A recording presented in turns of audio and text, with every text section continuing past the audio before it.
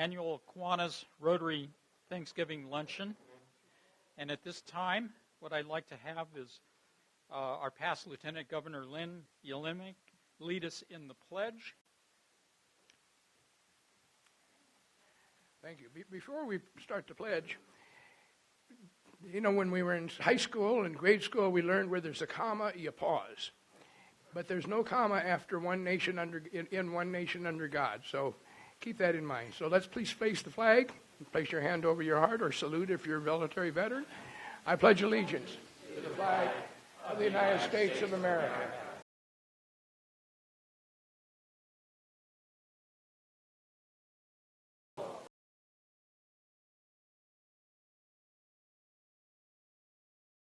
To have Jim Small lead us in the invocation.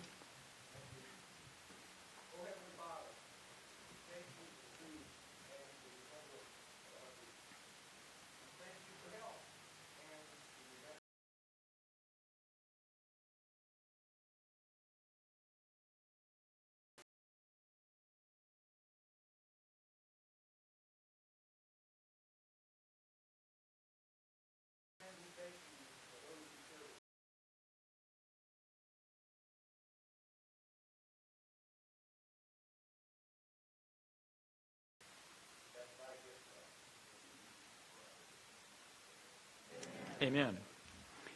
So at this time, I'd like to go through the Kiwanis portion of the meeting. And what I'd like to do at this time is to recognize some special... Have the song. I'm sorry. I forgot. That's all right. And it's not often I get forgotten. Anyway. Okay, I'm going to lead you in America the Beautiful. What I'll do is to give you a note, because I need it more than you do, and then I will lead you. You just follow the directions of the hands. I may slow down at the end. Please go along with me. That would be very nice, okay? Oh, beautiful. Oh, beautiful. For spacious skies forever.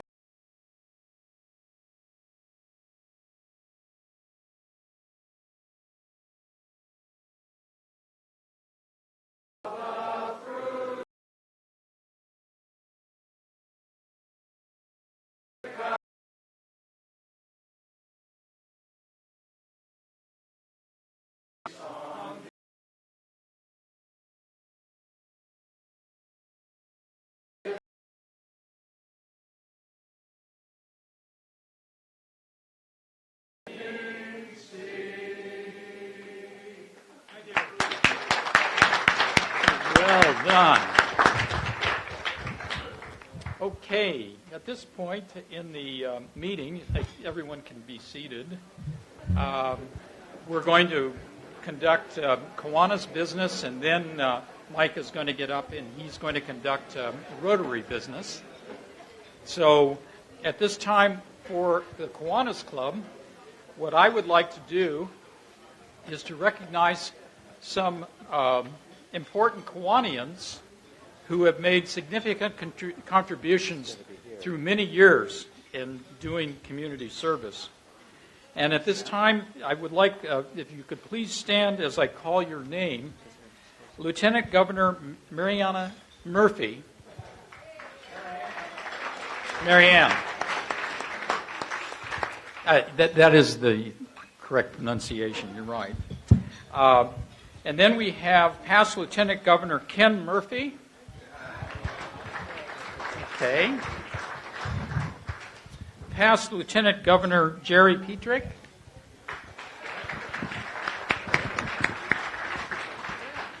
Past Lieutenant Governor John Fenner.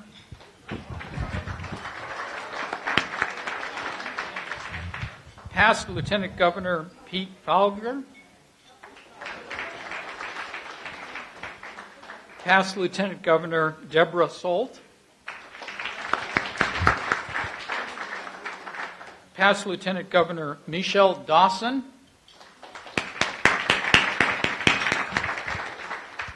past Lieutenant Governor Lynn Yellenemy. And last but not least, past Lieutenant Governor Howard Naylor.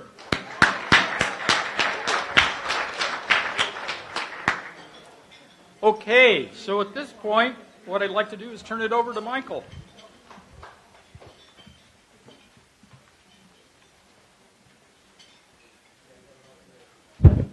Welcome, Rotarians and Kiwanians. My name is Michael Gordon, and I'm proud to serve as the 95th president of the greatest Rotary Club in the world.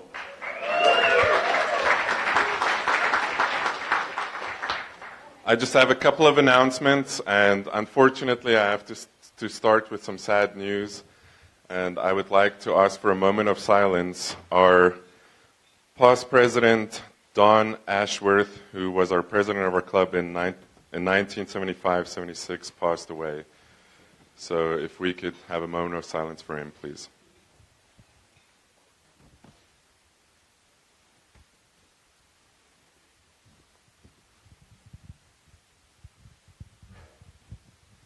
Thank you. And then Mr. Sergeant Bob Fisher. Oh, you're here. If you could take the microphone to past President Jim Tucker to tell us about our electronic voting. Thank you. As you saw when you first came in, Stu Lipoff has put together our electronic voting method with ballotbin.com, and we have emailed out. Stu is currently not in control of it because he's on the ballot, and past presidents are taking care of receiving everything and giving you guys the results on the 30th.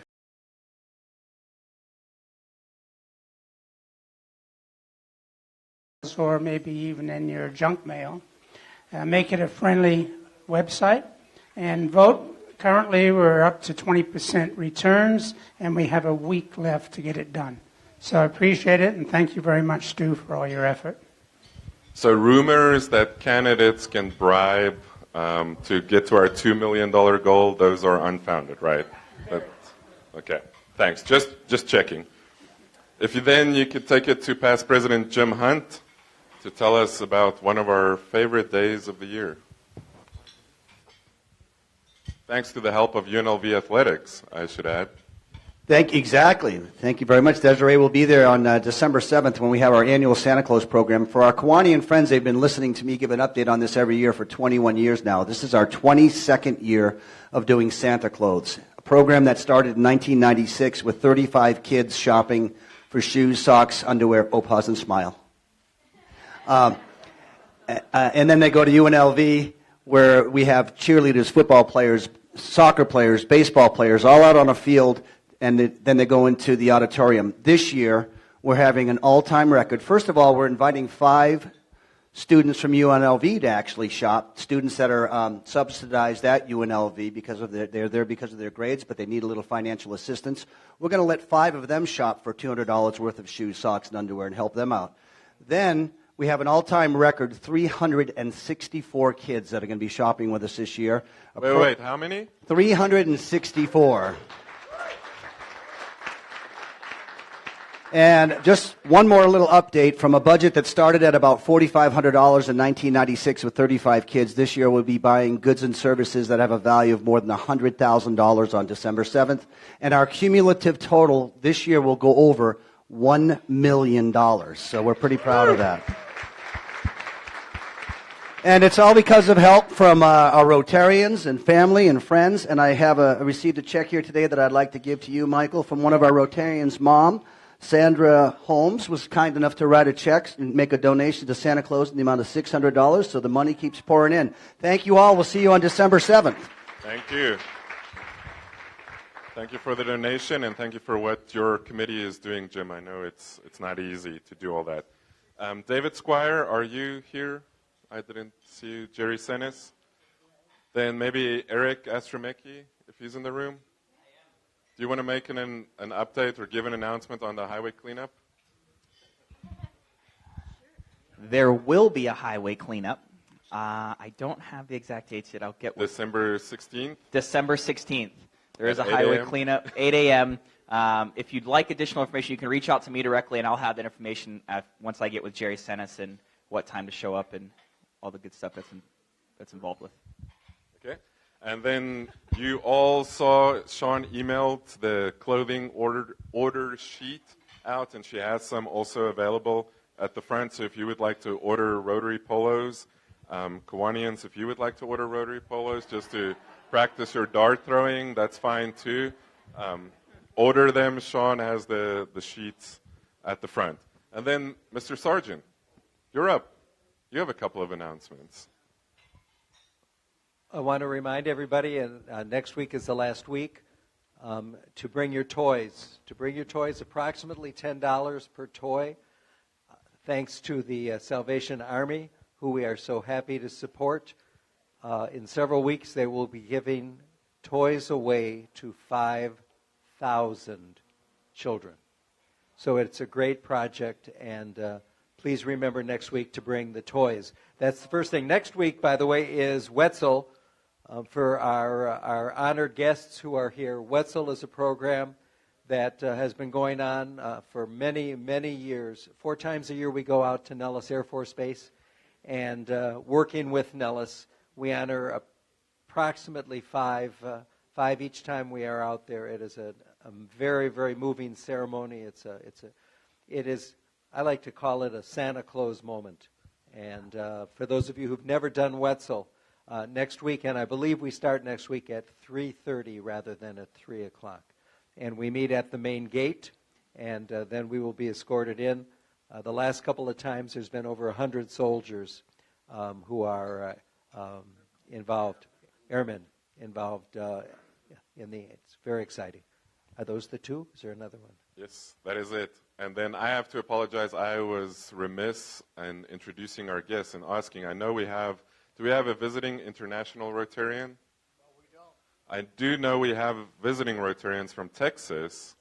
So I think over here. District Governor. So if you can introduce yourself, sir. How y'all doing? Fantastic. How y'all doing? My name is Chris McLucas. I'm the current District Governor from Rotary District 5790 in Fort Worth, Texas. And this is my wife, Heather. And we're glad to be here today.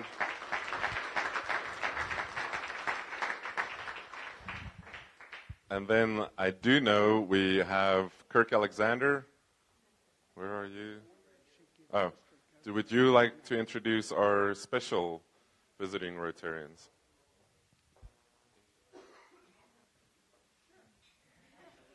Here you go.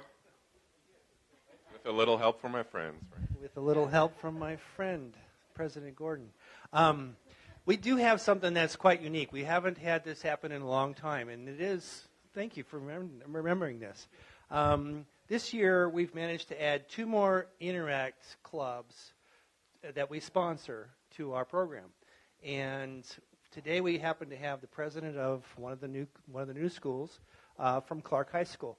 Melissa, would you stand up, please? She went to RILA last year and was inspired to start an Interact club from going to RILA. So I'm really glad you're here. I really do appreciate it. And Luann, you've done a wonderful job. Thank you.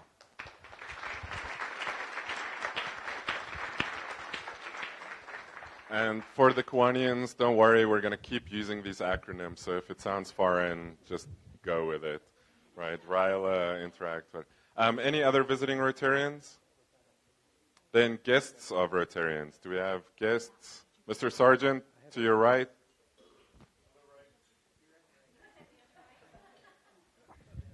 Well, good afternoon, Rotarians and Kiwanis. It's great to have everybody here today. I'd just like to introduce my lovely girlfriend, Cynthia White. It's her first visit to a Rotary meeting.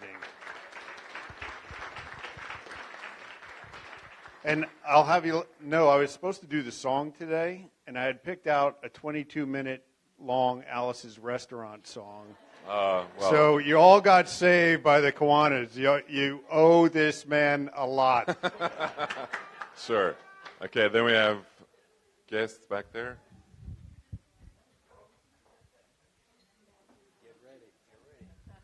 My name's Al Wagner. I've got my wife Luann with me and my grandson Jace.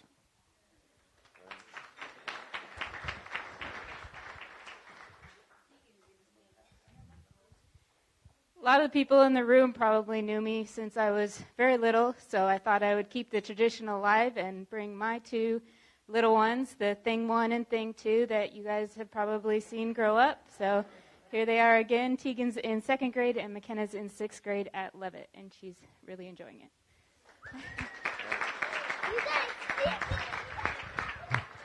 Love seeing the family of Rotary all come together. More guests on this side of the room. Next year we have to sit together.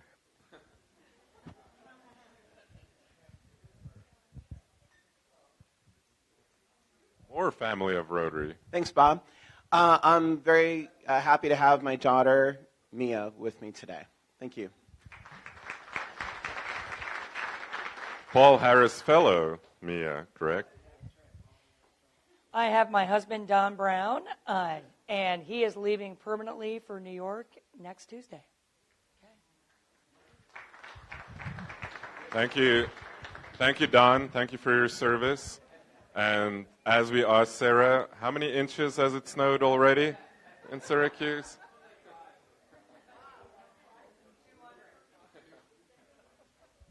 Good afternoon. I have my lovely girlfriend and my lovely mother, retired captain in the Navy, here for lunch today. Welcome, welcome. Oh, there's more. more. But wait, there's more.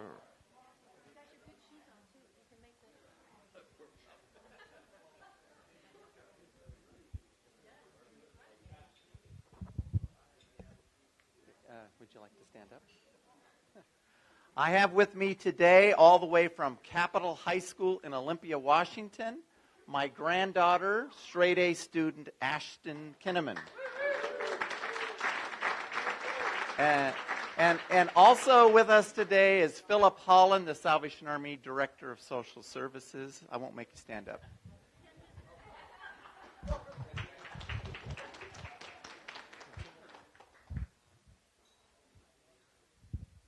Yes, I'd just like to recognize my wife, Mariana Case, as a visiting first time at this banquet.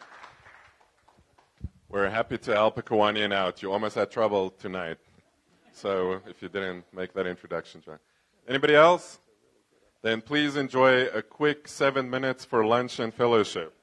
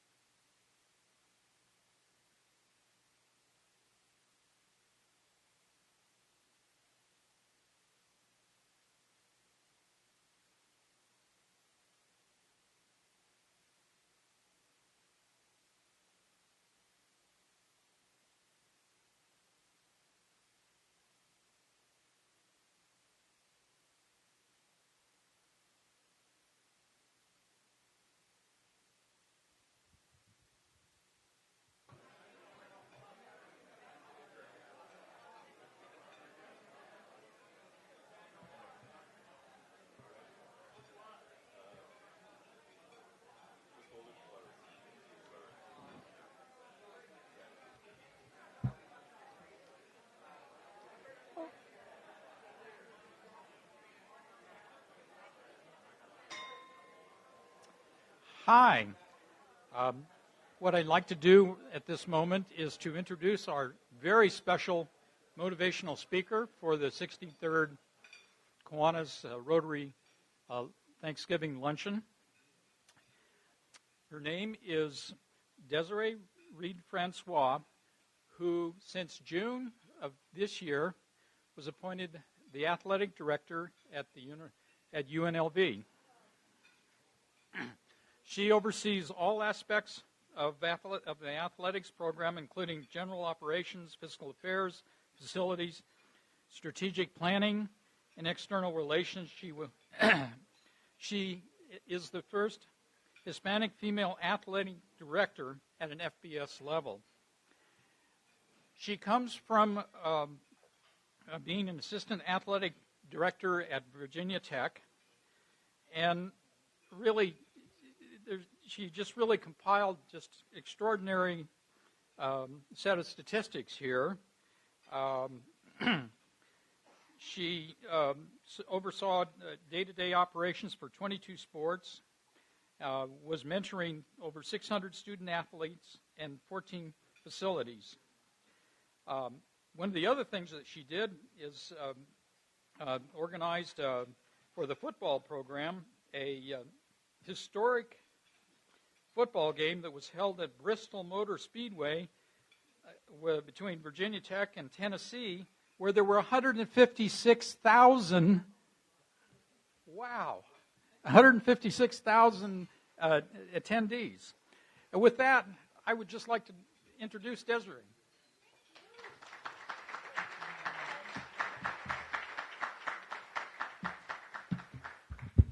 Can I take this off? Is that all right?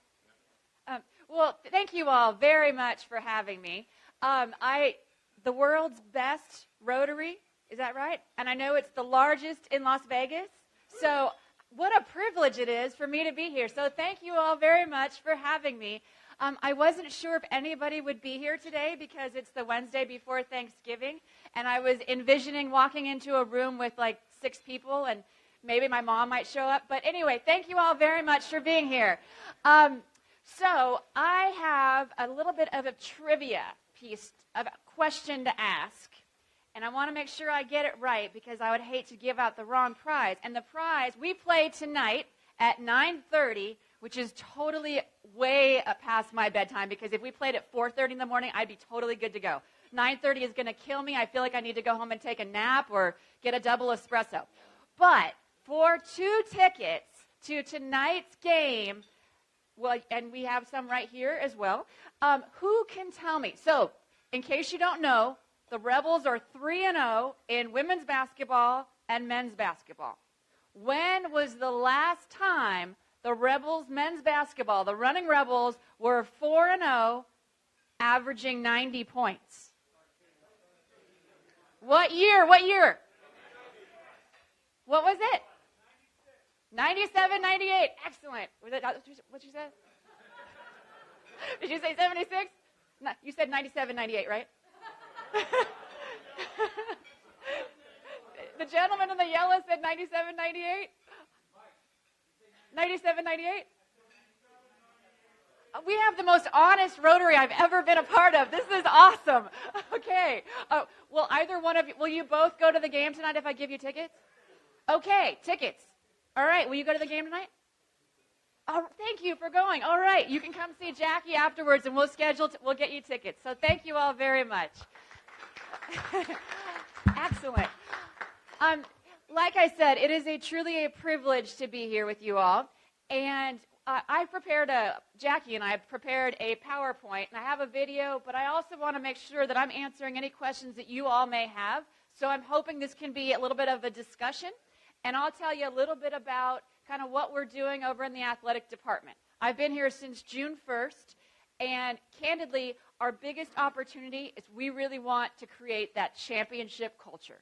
If we do that, that's all the greatness is going to start to run. If I have a group of talented people who are all working really hard and working in the same direction, then I think we're going to have the magic. And I can't promise you that we have all the answers, but what I can promise you is we're going to work really hard to make you all proud of the Running Rebels. So with that, I have a short video.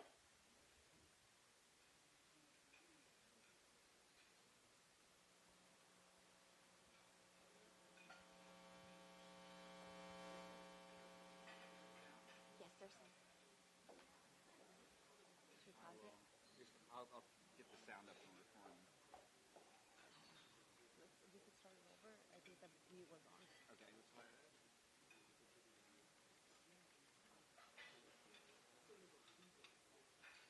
A city with a past,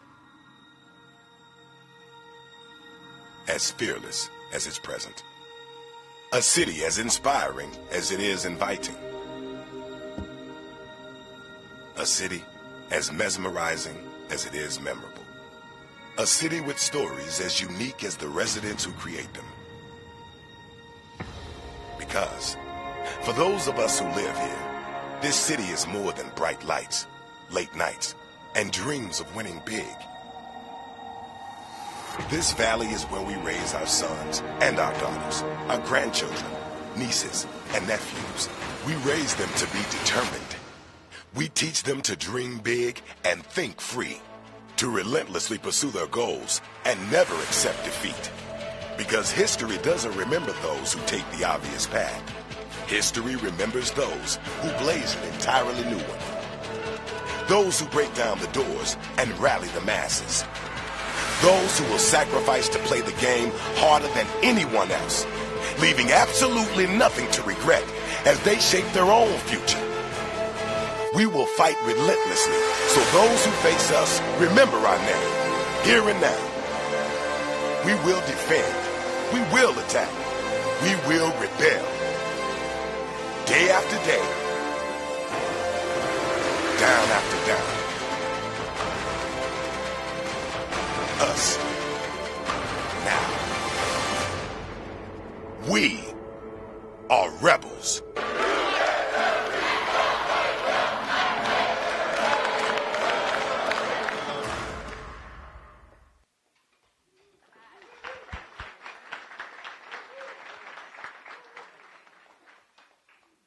Well, we're really proud to be rebels, and you are going to see Las Vegas. We really want to incorporate Las Vegas because we recognize there are a lot of other institutions in the Group of Five and in the Power of Five. There's 129 other competitors.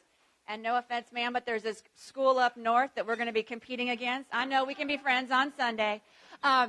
When I first met her, she said, oh, by the way, I went to school at University of Nevada, Reno. And I said, all right, on Sunday, let's be friends. Because on Saturday, we're going to be competing to win that,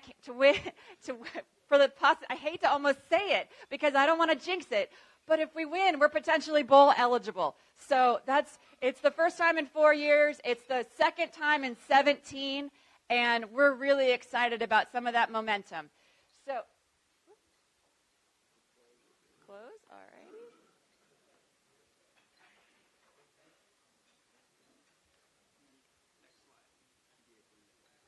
All right.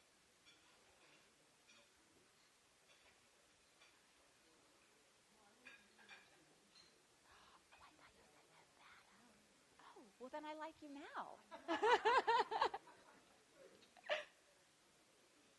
All right, thank you. So we have 242 staff members. We have 480 student athletes and 17 programs. And that's our athletic department. And what we did was we all got together and we really wanted to focus on our core values. What is it that we're going to stand for? What's part of our ethos?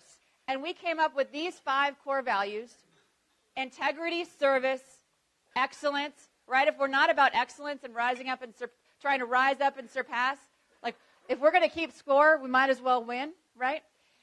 Accountability and innovation.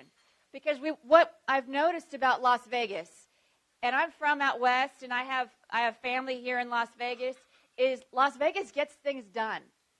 We do things a little differently in Las Vegas. It's a dynamic city. And if we're going to be a successful athletic department, we need to embrace that. We need to get on that fast-moving train, and we need to be a part of it because that's what makes us special.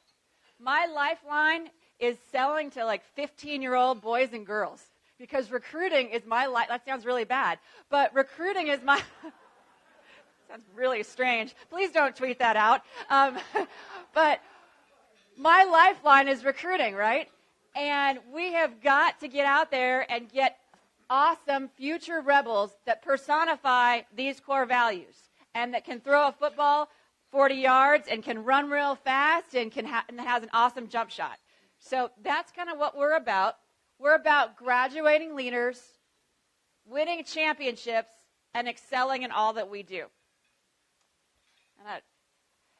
Several new initiatives are really in two buckets. We have fan initiatives and then student-athlete initiatives. Because, candidly, student-athletes, that's the reason why we do what we do. Now, who here is a rebel? Who here graduated? All right. Is it Jim? Chuck? Jim Tucker. You're a double alum. What's your favorite running rebel? What's your favorite rebel memory? And Tarkanian was coach. Yeah, I used to be in the gym. I was also in gymnastics and used to watch him work those kids, and he'd work them to death. And he'd make them shoot 100 shots and make them all before they could leave. What about someone else who has a great rebel memory? Yes, sir. Filling the 120. That's awesome. Do you remember that whole lights, please? Do you remember that? Well, we're bringing that back. And you're going to see a lot of cool new fan initiatives that we're doing. For football, we actually raised student attendance. We're the only school in the Mountain West that did that. And I get it. We still have a ways to go. But what we did, we sent out a lot of surveys. And so when I first got to UNLV, I decided to live in the dorms. And so I lived in Tonopah North. And I lived there for about 6 weeks. And again, we got to do things a little differently, right? And I wanted to send a message to our athletic department that we were going to be humble and we were going to work hard and we were going to be part of the campus. So I'm like, I'm going to live in the dorms. And it sounded like a great idea. Boy, I miss my bathtub, and I certainly miss not having coin-operated laundry. That was the first time in a really long time, since like 1990. But anyway, but what I learned by living in the dorms, I got to know some students, and it was really funny. They kept talking about this thing called the EDC. And I moved from Blacksburg, Virginia. I was at Virginia Tech most recently. And they were talking about this EDC. And I thought, these kids are so excited about the Economic Development Council. This is awesome. and so finally, I see this young lady, and she's dressed not in a manner that I would anticipate someone going to an Economic Development Council meeting would be going. And I said, okay, stop. Tell me, what is the EDC? And she's like, it's the Electric Daisy Carnival. And I'm like, oh my God, my mind is blown. Wow, okay. But what I learned from that is that students love festivals. And that is I'm a 45-year-old mom of a 13-year-old, and I have not been living in a dorm in a really long, since 1990. And so I have a lot to learn, right? But I learned about these festivals. And so what we did was we created Rebel Village. And we also partnered with Uber and with Lyft and with the buses, and we have free transportation for all students to go to our football games. And then we have this carnival for all students called Rebel Village, and that's been really popular. And you know what? Our students are starting to come back. We saw attendance increases in football. Now, right now in men's basketball, we're only about 6% higher than we were from last year, but you're going to see we have some opportunities for some growth there, where we're going to create a couple of new initiatives aimed at students. We really want to get some students back at basketball, both men's and women's, because we've got to, when you talk about the decibel levels, right, we all remember how awesome it was. I remember growing up in the San Francisco Bay Area and seeing like Stacey Ogman, man, that was so cool, one of the running rebels, and they were like pressing all the time, and it was exciting basketball, and it was a great atmosphere. So we're really going to be paying attention to not only our students, but all of our fans, You're going to see, if you're season ticket holders, if you're not a season ticket holder, we're going to survey the heck out of people because we want to find out what you all want so that we recognize how valuable your time is. We recognize there's a lot of competition for the entertainment dollar. There's a lot of competition for people's time, candidly, right? And so people will say, oh, well, if you just win, they'll come. Well, I think it's a little more than just, and yes, we want to win, absolutely. But it's even more than that, right? We've got to make sure that when it's easy to buy a ticket and it's easy to come into a game, it's easy to park, that you're treated the right way. You're treated as a VIP guest because that's what people are. When you're coming to an event with the Running Rebels, we want you to feel like you're a guest in our home. We want you to have an exciting time, and we want you to, our student athletes are working really hard, and we want to make sure that you're coming and enjoying a great event. So you'll see a lot of new fan initiatives, as well as student-athlete initiatives. I talked a little bit about the surveys and some of the in-game video elements. We've hired, we had a couple open positions. We split them and we reorganized a little bit. And we hired some folks that are really going to put an emphasis on video elements during the game. Again, and also a lot of social media. You'll see an increased social media presence because, again, remember, I'm selling to 15-year-old kids as well. And I've got to be able to communicate with folks in the space that they're in. We have a new Rebel Game Day app. If anyone's interested, you can listen to the Rebels. You can watch the Rebels. All of our games are going to be streamed. And you'll see a couple of new fun spoofs during the games. And we're bringing back Lights, Please.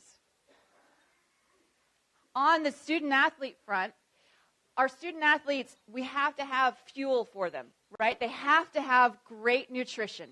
That's the fuel that powers great performance. And so that's something that we had an opportunity for growth when I first got here. And granted, I don't have the budget that I used to have at the University of Tennessee or at Virginia Tech. We've got to do things a little creatively. And so I happened to have been giving a presentation, and I talked about how I wanted to enhance my student-athletes' nutrition.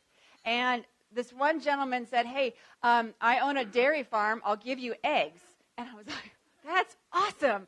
What am I going to do with all these eggs? And so anyway, I went to my strength coach, and he said, hey, we'll partner with the hotel college, and then the hotel college is they boil them every day, and they put them in little plastic bags, and now our student athletes have a source of protein, and then we also are giving them a piece of fruit. And it doesn't sound like much, but it's making a really big difference because my student athletes, they're going, and I was a student athlete. I was a rower at UCLA. And John asked me, why were you a rower? And candidly, I was a rower because I was a total failure as a track athlete. No, I was. And I ran track. I went through 2 weeks of track practice at UCLA, and this is 1990. And in the lane next to me was literally Jackie Joyner-Kersee. Yeah. And the track assistant coach, after about 2 weeks, was like, hey, listen, you just really have no talent whatsoever. And I was like, no, but I was good in high school. And yeah, no, not so much. But you're almost 6 feet tall. They need women rowers. And that's how I became a rower at UCLA. And it was an awesome experience. Thank you. And it taught me about teamwork. It taught me about toughness and resiliency. And those are the lifelong lessons that I've been able to really be able to use not only throughout my career, but also through life. And I'm a product of the student-athlete experience. And the reason why I do what I do, so I'm a lawyer by trade, and when I grew up, I really wanted to be like a Jerry Maguire. I have a younger brother who's 3 years younger than me, and he's the true athlete. He is 6'5", and he was a linebacker. He signed a national letter of intent to play football at the University of Oklahoma. Well, my first year in law school on September 10th of 1994, now he was a prop, so he had bad grades, so he went to junior college at Chabot Junior College. And my first year in law school on September 10th of 1994, in just a freak accident, Roman broke his neck playing football and became a quadriplegic. And candidly, it was our faith, it was our family, and it was the lessons that I learned in a lifetime of athletics, of resiliency and toughness and hard work, that got us through that. But what it also caused me to do was to really pivot. And instead of wanting to work, and I worked at the Raiders, and I've worked for the LA Rams and the NFL, but I realized that my heart was in college athletics. And I do what I do because of those 480 student athletes. I want them to have an experience that I did have, but my brother didn't. And so when I say that it's a privilege to be your athletic director, it truly is. And we are going to work really hard to make sure that our student athletes have everything they need to be successful and that we represent you well as a community.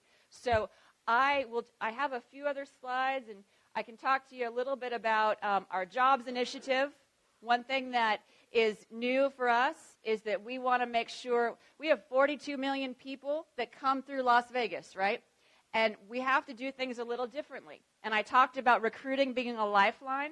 And so what we want to do is we want to tap in. We're going to start a job shadowing program because I want my student athletes to have not only a valuable UNLV degree, a championship experience, but I want them to have a pathway to a meaningful career. That's really important. And so we're going to start a jobs shadowing program. That's coming up. We also just partnered with the UFC, and we had Forrest Griffith, who is a former UFC fighter. He came and he taught my female student athletes self-defense, and it was just really fun and really cool and a neat way to take a new twist on self-defense. And we have a couple other things coming up, but I want to make sure that I'm responsive to you all. What questions do you all have for me? Yes, sir. Can we wait for the microphone? Oh, sorry. I'll talk loud real quick. I'm fine. Okay. So talk about the stadium. Yeah. Why weren't you at the ground?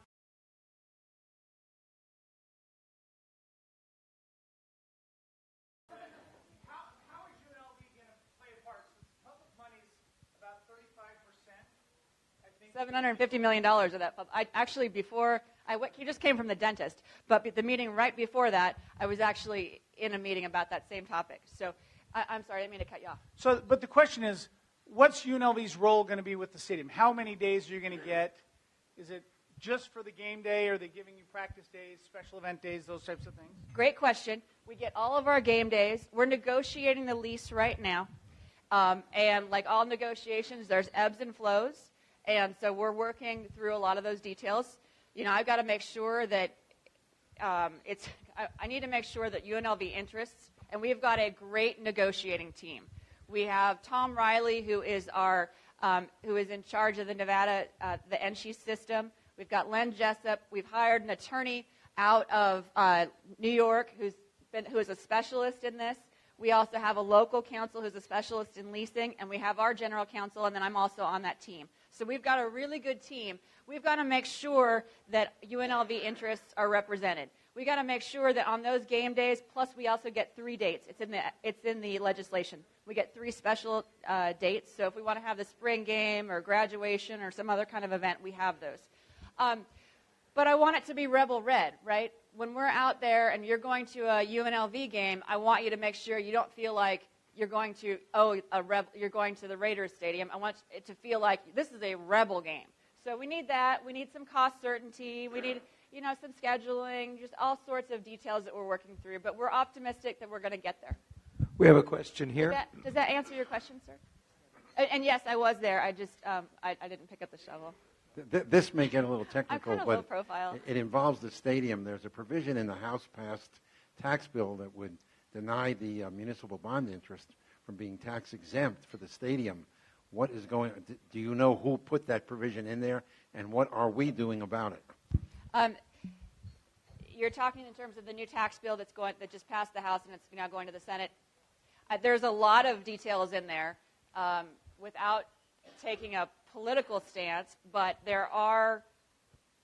in the reconciliation process, we're being very mindful, and I know that Dr. Jessup has also sent a letter, especially as it relates to charitable giving, too, right? That's something that all institutions are watching, because that will have a really significant impact. So that's an issue that you raise. Charitable giving is also something that's very important for us. And it's not just UNLV, it's every institution across the country. We're looking at that. So, yes, sir. Yep.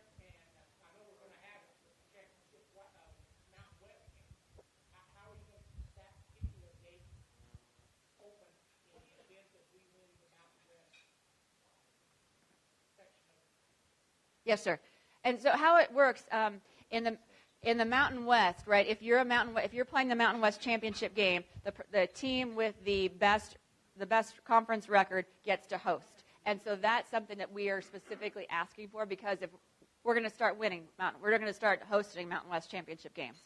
I also just hired yesterday, right, Jackie? Yesterday, a guy named Marcus Bowman, and I hired 2 new people in our business office. We did some restructuring. And Marcus Bowman comes to us from the University of Pittsburgh, and he was a men's basketball player at Pittsburgh, and he has an MBA, and he is their deputy CFO. And so I hired him, but one of his strengths that really, we had a great pool that we actively recruited, but one thing Marcus does is he's the lead on the negotiations and the lease with the Steelers on behalf of the University of Pittsburgh. So he's going to bring a skill set that will be really important, as well as his financial acumen. We have a question over here, please. Oh, yes. Desiree, thanks again, first of all, for coming and supporting our club. Appreciate it very much. What a great time to have your job. I mean, the Running Rebels are running again. They look great. Anybody hasn't seen the basketball team, they're looking great. Talk a little bit about the hockey team and the partnership with the Golden Knights, because that's a tremendous facility. I took the tour up there a couple of weeks ago, and it's exciting. If you haven't gone to a UNLV hockey game, it's something you might want to look into. You know, they're awesome. They are so great to work with. They're actually not a varsity sport at UNLV. They're part of our club program, so they're part of our student affairs. But candidly, how I got to know them is after the shooting. And I came from Virginia Tech, and I know what Virginia Tech as a campus went through with that shooting. And so it was an opportunity. Athletics has a lot of beautiful things about it, but one thing athletics can also do, and what I saw happen with Virginia Tech, is it can be a source of unity. And so we had the game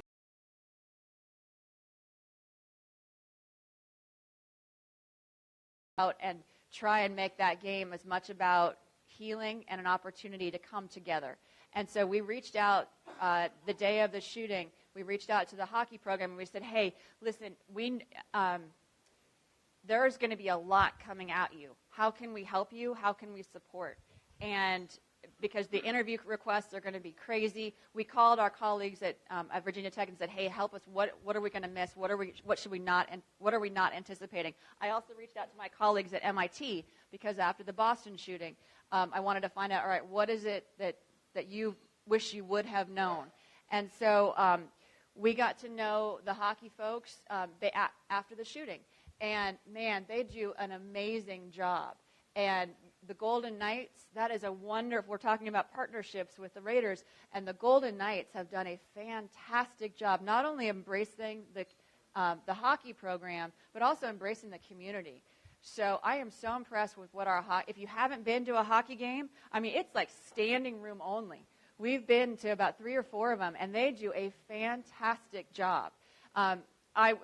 The next question may be, well, are you going to add hockey and make it a varsity program? I would love to, but right now I've got to take care of my 17 programs that I do. And then if we do look at expanding at some point in the future, it's not in the immediate short-term future. Longer term, that would be something we would want to consider. Renee, thank you for being here. Part of the key to success to your 17 programs will be obviously winning and developing that culture, but you also have to inject what I would call ticket value. I want to have a ticket to see the Rebels run up and down the basketball court. I'm not sure I want to have a ticket to watch the Rebels play football in Sam Boyd Stadium, because it's really I think it's an impediment, and I know you're banking on the Raiders coming to town and playing in a $1 billion stadium, but what are you going to do about ticket value for the other 16 sports until this new stadium becomes a reality, if it does? I mean, there's got to be some things you do that make me want to go to that facility, maybe food or customer service, as you've suggested, parking, etc. You've touched on them briefly, but develop ticket value for me, and I'm going to come see some of those games. I agree completely. And that's why a lot of those, we've sent out thousands of surveys. We're also starting a fan council, because I know what worked at Virginia Tech. I know what worked at the University of Tennessee. I'm still getting to know what works at UNLV. Like, I almost made a really stupid mistake because I wasn't as aware, and thankfully I went and I asked Tony and talked to Tony about it first. But we were setting game times, and like in the South, in Virginia, a 3:30 kick is awesome, right? It is fantastic. People can go to soccer in the morning, and they have enough time. They can go tailgate and then get to a Hokies game. Well, I didn't think about, a 3:30 in September in Las Vegas is not the brightest idea. So, fortunately, I'm humble enough, and I went and I asked some folks before I just set the game time, which I almost did, and I thought, wait, pause for a second. What do you not know? So, but it all starts with listening. And whenever I do any kind of new program, I've got to go in and listen strategically to folks and say, hey, what do you like about it? Let's not screw that up, right? And then what would you like to see? And then we'll start just like how I did with the students, right? That was an easy, we came in and we already had the schedule set. And that scheduling is another thing. In about an hour, we may have actually announced it. I also look at our schedule very strategically. And we announced that we have a double home and home with the University of California, right? And so I think that's going to be a series that people are going to like, to have Cal here, and then we'll go back and forth. And it's great for recruiting, too, right? Because we recruit a lot in California. My nephew plays football at Cal, but that had nothing to do with it, I swear. He'll be gone by then. And then just today, we're announcing that we have a home and home with UCLA. So, yeah. And just because it's my alma mater, I swear it had nothing to do with that either. It really makes a lot of strategic sense. So getting opponents that folks want to see is going to be really, really important as well as that whole in-game entertainment. One more question? No? Okay. Well, thank you all so very much for having me. Thank you so much for a very inspirational presentation about the UNLV Rebels. Integrity, service, accountability, that's what I heard. At this time, I would like to invite Major Randy Kinnaman of the Salvation Army to give us a report on this year's charitable giving.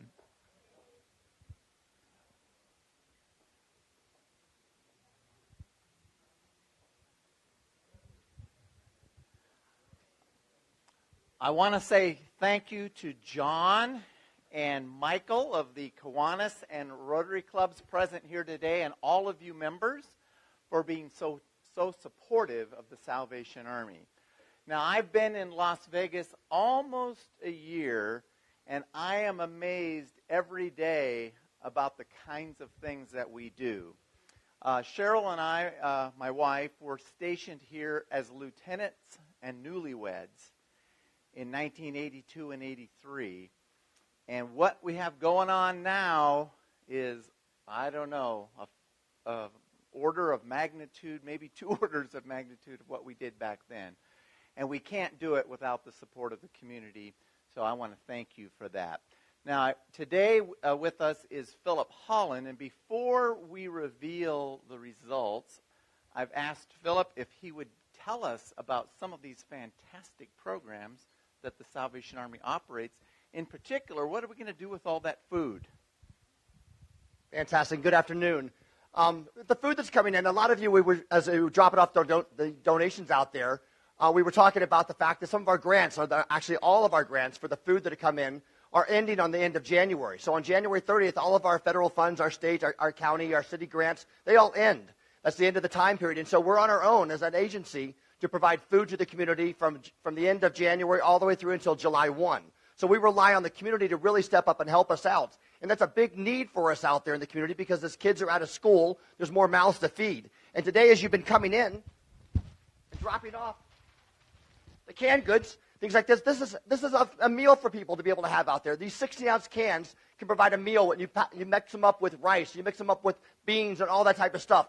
And one of these cans you can buy, and you can buy them at the Walmart stores. You can buy them at various stores and bring them in and help supplement food that we put together through all of the donations that come in from the community. I know I see Luann. We did a food bank there at Clark High School, and that was fantastic to get the kids involved and be able to do that. You know, the two groups here, the Rotary and the Kiwanis, coming together to do this. And so sometimes with cash donations as well, we're able to take a dollar and buy 11 cans of this. So we get a cans for about 9 cents.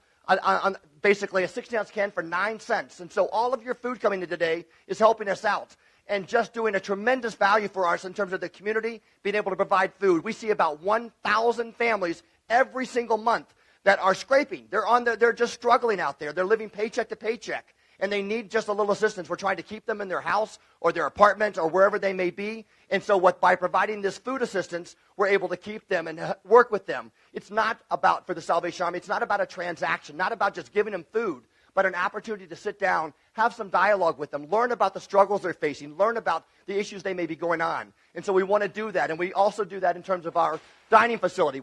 This has been a huge year for partnerships, for collaboration, getting out there, working with the MGM Resorts International, working with Safari Club International, which is an organization that does a convention here, working with United Airlines, working with, we had a community meal with Hooters. They came out and actually did a meal for us there at the Salvation Army. It's all about collaboration and partnerships, and I'm looking forward to having a relationship with the students there from UNLV and certainly the athletes coming out and serving a meal. It's all of us in it together to make a difference in our community, one can at a time. And today, you have done a tremendous job in being able to provide these cans of food for our Family Services Division. So I want to give you applause right there, because it's a fantastic opportunity, and we've got the numbers here to be able to share. We've got our numbers here, and I also wanted to commend this weekend, the Boy Scouts had an event called Scouting for Food, and they were able to collect over several tons of food for us to be able to sustain us again, to help us get through the coming months. But today, wow, what an enormous amount of canned foods that you have collected as a group here. So I will start off with the Kiwanis. Here we go. The Kiwanis collected 64,548 cans. Look at that, 64,548 cans. Amazing. Oh my gosh. Kiwanis, what an amazing job. I will let Major Randy Kinnaman share with you the Las Vegas Rotary. All right, thank you, Philip. Now, I always have to check his Energizer batteries are still good. He's like the Energizer bunny. He keeps on going and going.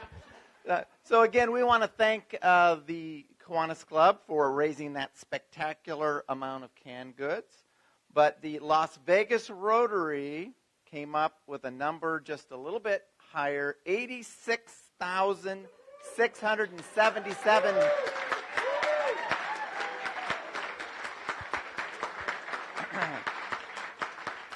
So, Michael, I guess we can just say to our Kiwanis friends, maybe next year, right?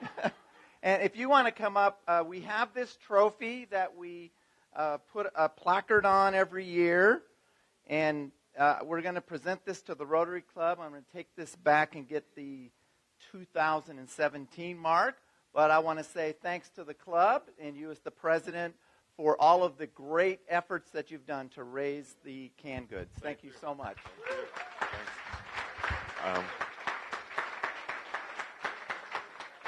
In true athletic fashion, I cannot raise this trophy without the 25 Club coming up here too.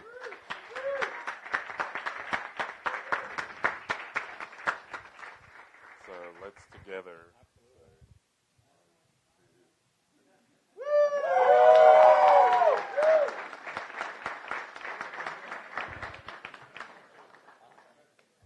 Thank you very much, everybody, again, and I wish you the happy Thanksgiving and Merry Christmas. Gobble, gobble, everyone. Gobble, gobble.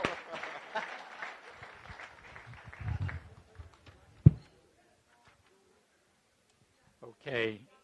So with this, I'd like to close the meeting. I want to wish everybody a happy Thanksgiving. If you're family traveling on the roads, have a safe trip to wherever your final destination is. And with that, I'd like to adjourn the meeting.